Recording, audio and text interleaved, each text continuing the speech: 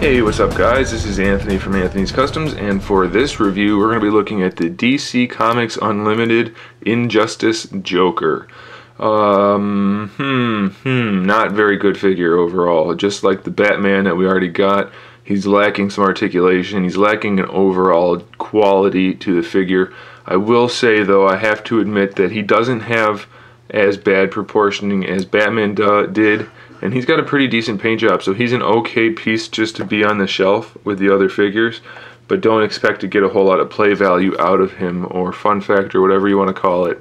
This guy's not the figure for that. His paint job is probably the best. He's got nice amount of detailed paint work. He's got the little buckles all painted in there, extra coloring. The stripe down his pants is a different color. The front has just tons of color. Could have used a little more on the buttons. They didn't do that.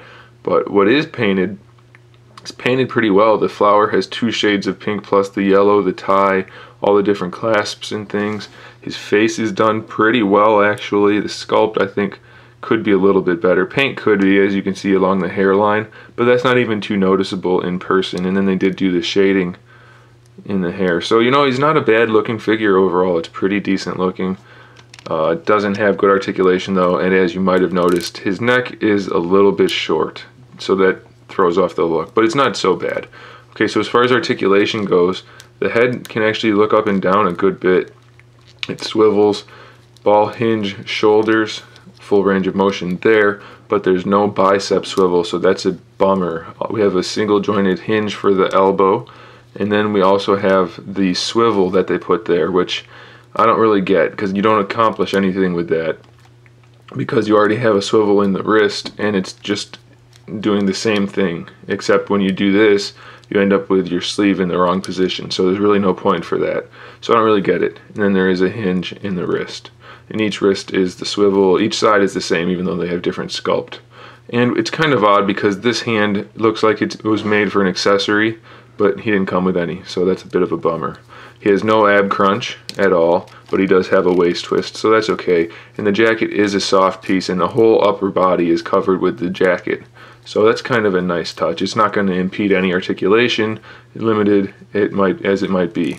His hips are kind of ugly, and just like Batman, he's got the really long legs with kind of poor articulation. So the hips just go forward and back. They do flare out to the side, but it's a real ugly joint, and they don't go back too far. Forward's okay though, it's not so bad. He has a thigh swivel, which is right there, cut joint similar to DCUC style, and a knee hinge. The knee hinge is done pretty well because it's hidden for the most part, but then they also gave him that stupid swivel again in the joint, which doesn't serve a purpose. So I don't get why they keep doing that. I don't understand it. They're adding joints where they don't need to and not giving us all the ones they should, so that's a little odd to me. And then he has a hinge for the feet, but it doesn't really work. Doesn't do any good. The paintwork though, again, they did a good job with the paintwork. It's kind of odd that they're doing a good job with paint, but then the articulation and proportioning isn't the best. There's nice texturing and sculpt work in the feet. So it's a decent looking figure, but it's not one that you're going to want to pick up and pose a lot because you can't really do it. So he'll be okay as a shelf piece, but not as a posing or play piece. There it is, guys. Thanks for watching. Stay tuned for more figure reviews, custom figures, and other good stuff.